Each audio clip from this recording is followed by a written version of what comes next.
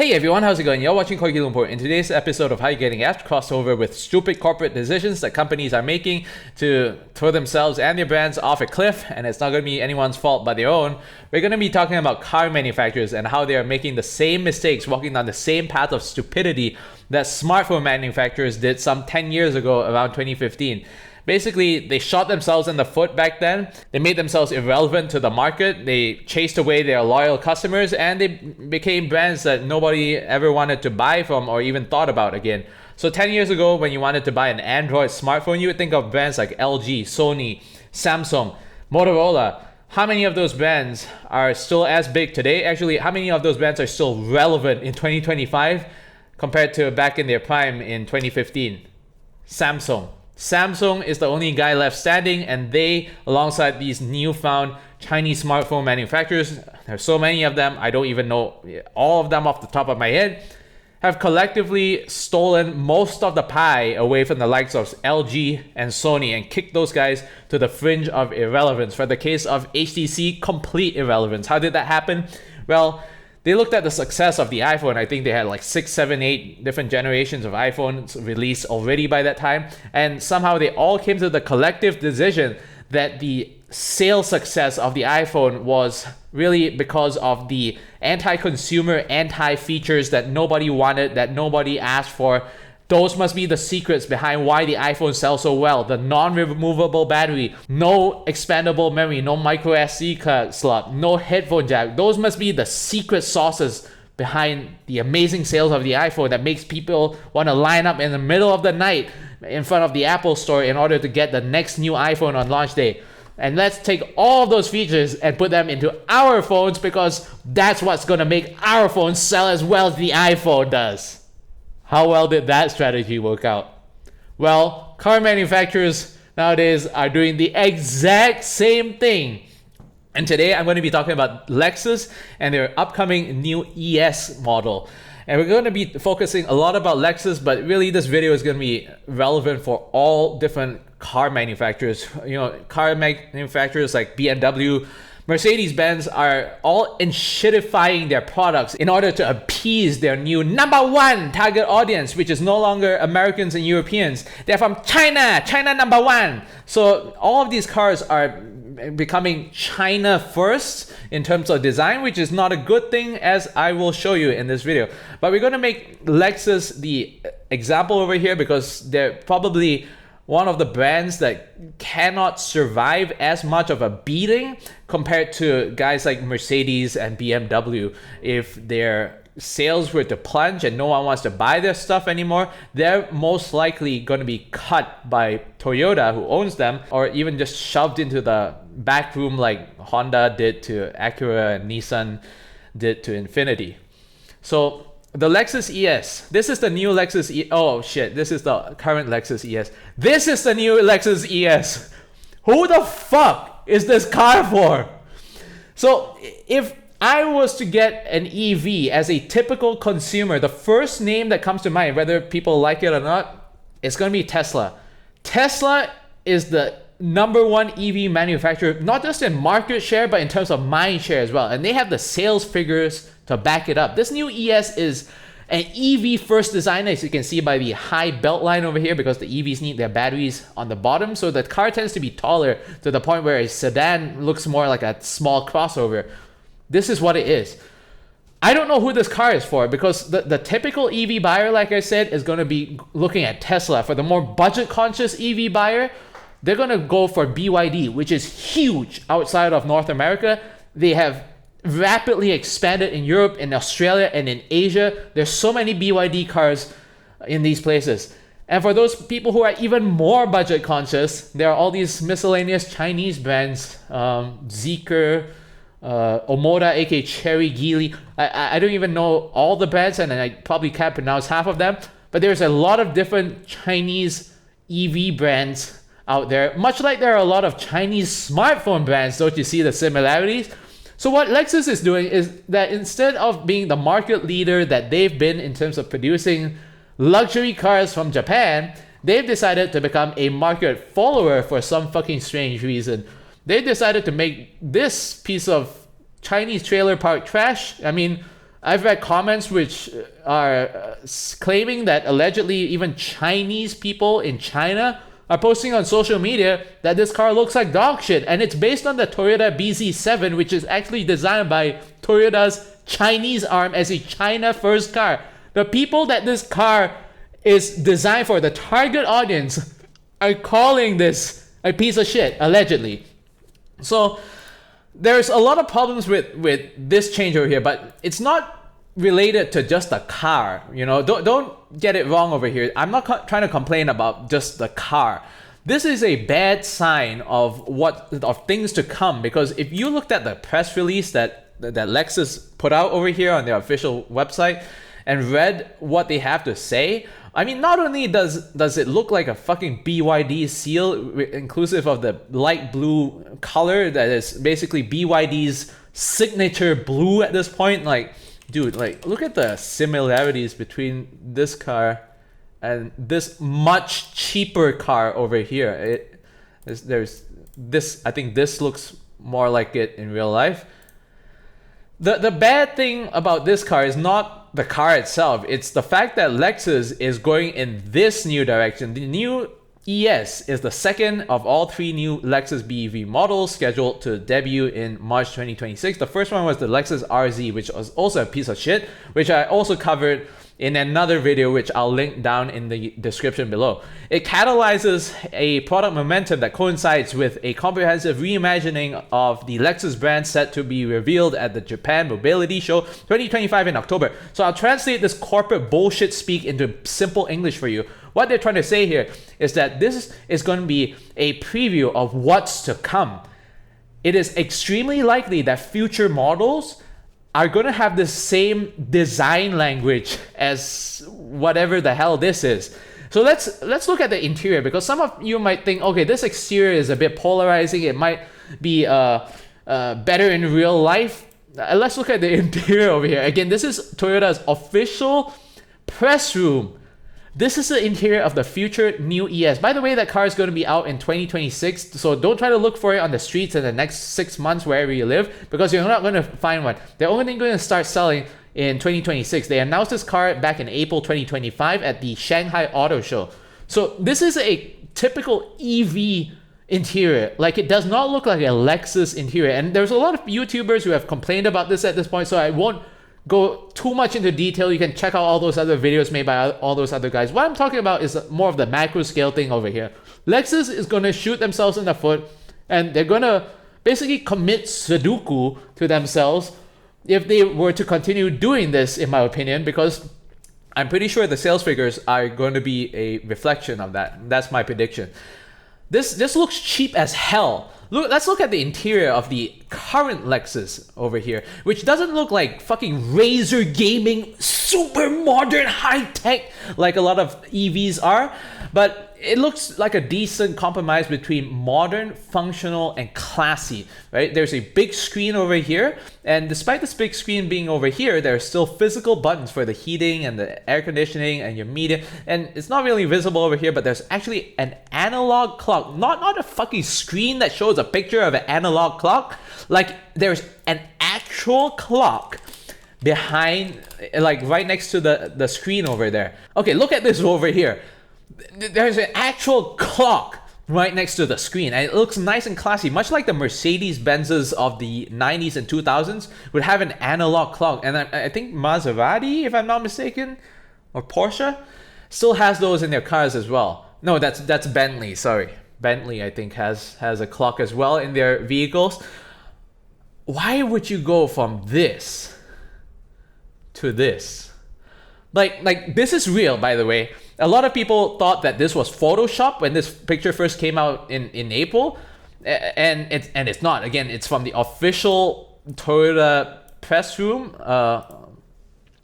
It has a dual screen on it. Like, it's like some teenager decided to buy two monitors to do his homework while doing gaming at the same time, and then he unmounted the monitor, put some glue on the back, and then he slapped it on the dashboard and called it a day. That's what this interior looks like. And by the way, notice the lack of door handles. This outgoing ES actually has a physical door handle, and it's nice. You can actually open the door whenever you please instead of this stupid ass mechanism, for your safety, of course, because the reason why that's there is because when you click on it, there's this little electro mechanism that goes and then the door kind of comes out for you to push open.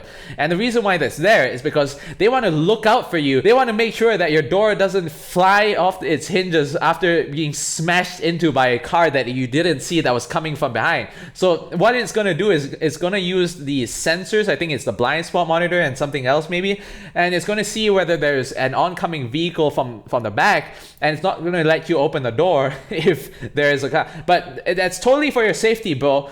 Just ignore the fact that we've taken all the physical buttons and tossed them aside and replaced them with all screens. Even this little shelf over here with what looks like buttons, they're not physical buttons. They're actual, touch capacitive kind of buttons based on what I've seen from a couple of YouTube videos. And I know Lexus is going to say this is a pre-production model, these are pre-production pictures, prototype. Usually these things are 99% similar when they hit production. This is a very accurate representation of what you will get with this car.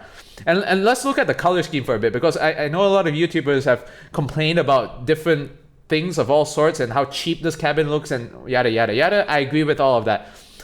They haven't pointed out the fact that you have this BYD blue here and they have this new pastel green color scheme that looks like shit. Like who put these two things together? Like was that person like colorblind or something?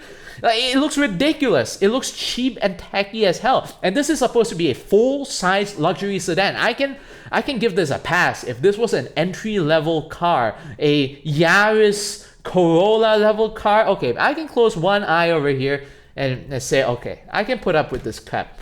This is a full-size luxury sedan, and let me just talk to you about the target market of this car. It's extremely popular in North America and Asia, especially among middle-aged to close to retirement businessmen.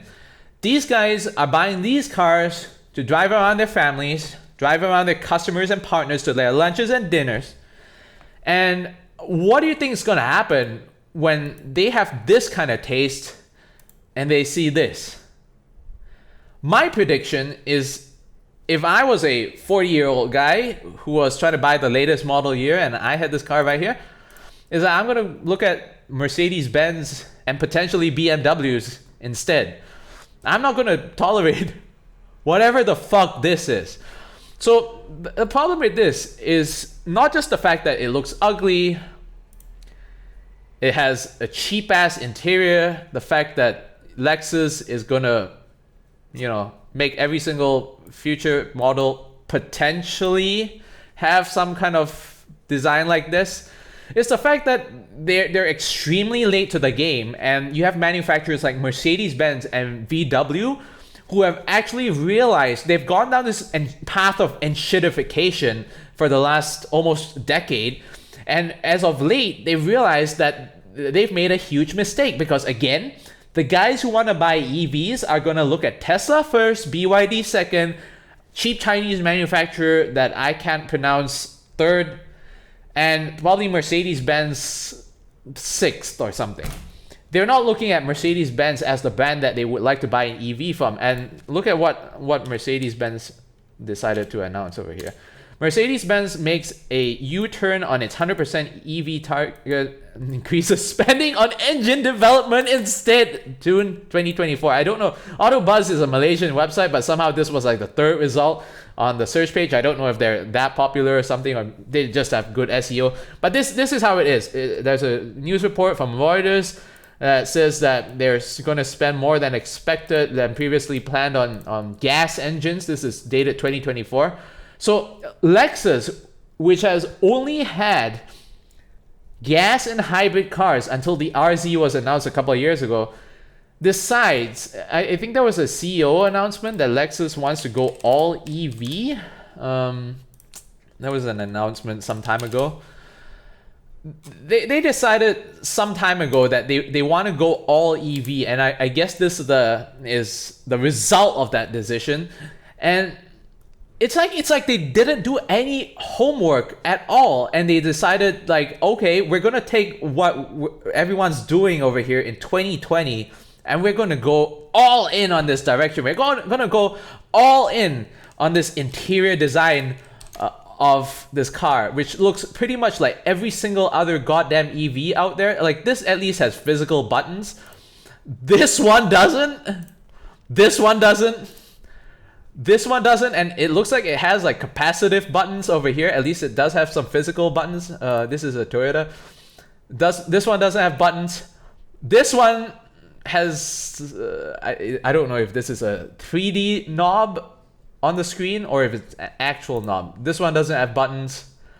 And they could have just looked up real quick what VW, which by the way has had tactile, touch buttons on their cars as early as I think 2018 or 2019. So I had the chance back in Germany to actually drive one of those cars. I think it was the ID3 VW, and what they had was this insanely bad interior, because it's basically a screen with a bunch of touch buttons down here, and I believe this was also touch, so it was extremely difficult to operate without taking your eyes off the road, and it was also extremely operate if your hands were wet. Let's say it was raining outside and you open the door handle.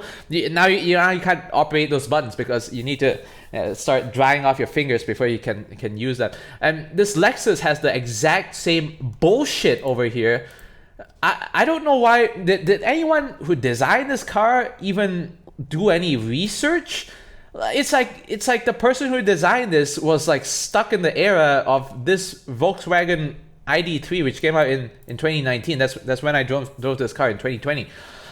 It's insane. And now they're bringing physical buttons back after they realized that touchscreens are a disaster, aka a piece of shit. No one did any homework over here. And the bigger problem is that if Lexus were to continue, which it looks like they will, going all in this direction that they're going, they're going to lose a lot of sales. This is going to accelerate the death of their sedan cars, and I'm not sure if their SUVs are going to be as popular as they have been in the last 20 or so years if they were to design it in such a stupid ass fashion. And what's going to happen is that the people who are in the market for an EV are going to decide, okay, we're going to go with a more established brand, because Toyota and Lexus cars are known for their reliability. They're, in terms of gas engines, they're not known for their reliability in terms of making EVs. Yeah, you could argue that they make good hybrid systems. They're very reliable as well. They don't have any track record in making good EVs. The RZ was a piece of shit. That's not my opinion. That was the opinion of various people who have actually tested and reviewed the car. Again, you can check out that video down in the description below, why it's a crappy car. They're going to lose a lot of sales. And what's going to happen to them is much like the smartphone environment, right? Where Sony lost a bunch of sales with their XZ, which they released, I think in 2018. 2016. Wow, that was a long time ago. What happened with the Sony XZ is that they used to be known for their headphone jack, their really good battery life, and this phone had neither of those things. They took away the headphone jack because they decided to follow along with the likes of Samsung and the others. They also had bad battery life, which was really caused by the chipset over here, but that doesn't matter. The consumer doesn't fucking care. They just know that it's bad battery life and they'll complain about it. And as a result, this phone had shit sales to the point where Sony made a U-turn on their decision. They realized, okay, our consumers like our phones with headphone jacks, so we're going to put that back in. We're going to keep this physical shutter button over here so that you can use the phone like a real camera and press the shutter button when you want to take a picture. We're also going to keep the micro SD card slot, which we've noticed is an issue that people complain to hell and back about when it comes to Samsung, who has taken away the micro SD card slots from their flagship phones. We're going to do all of that and keep ourselves to this nice comfy corner where we have our loyal customers always buying our phones. We're not going to try to outcompete Samsung. We're not trying to outsell Apple, because there's no way in hell we're going to do that. This is the exact thing that Lexus needs to do. They will never be able to compete with the likes of Mercedes Benz. I mean, even right now with this car, no one's buying a Lexus over a Mercedes Benz or BMW because of its performance or its luxury level. They're buying it because they want luxury and they also want the reliability that comes with a Toyota. That's it. I mean, the Lexus brand has been traditionally what they call the thinking man's car. It's for the people who want a luxury car but don't want to spend a lot of time just using another car because their BMW or Mercedes Benz is stuck in the workshop half the fucking time. That's who this car is for. For the people who want luxury, they don't want to pay a whole lot of money either. They want decent levels of maintenance. Maintenance of a Lexus is more than a Toyota. It's definitely lower than a lot of Mercedes and BMWs, especially back in the day. It's a thinking man's car. It's not a car where you can just flood the market with and try to outcompete Tesla or BYD. You're not going to outcompete Mercedes Benz, BMW either. There's a niche for Lexus cars. And a lot of, like I said, the older folks like these cars for a reason. This shit right here ain't gonna appeal to them as much, in my opinion. We'll see the sales figures come out, and I hope by the time the sales figures come out, it's not gonna be too late for Lexus to make a U-turn, because otherwise they are at high risk of being on the chopping block, or at least being shoved into the fucking storeroom underneath the stairs like Honda has done for Acura and Nissan has done for Infiniti. Lexus is the only brand right now among the big Japanese brands which is still there, right? They still have a lot of autonomy. They still have a lot of buyers. They're still appreciated by those buyers. They're appreciated by their mother company. Not so for Acura and Infiniti. I don't know what Lexus is doing. I hope they realize that they made a mistake. I mean, come on. AMG, you know, the Mercedes division for their super fast cars also realized this with their C-Class AMG. Like, they realized that the buyers don't want a stupid 4-cylinder engine in their AMG cars. And they tried to do that. There's actually a 4-cylinder AMG C-Class that you can buy right this second. But even in 2023, dude, gas engines are still relevant. Contrary to the brainwashing that a lot of mainstream media outlets across many countries like to say, that EVs are the future, blah, blah, blah. Gas engines are here to stay. That's really one of the reasons I think that Trump got elected into the office, actually. So, yeah, that's it for today, and I hope you learned something. See you all in the next video. Goodbye.